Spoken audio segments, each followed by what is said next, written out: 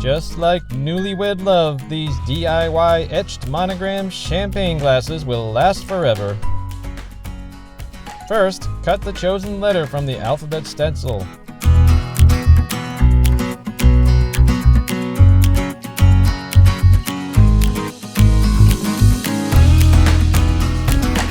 Next, spray the backside of the stencil with repositionable spray adhesive and allow it to cure for about a minute. Cut some slits around the edge of the stencil to help it conform around the curved glass and affix it with frog tape painter's tape. After donning gloves and safety goggles, take a small brush and liberally apply Etchall etching cream through the stencil.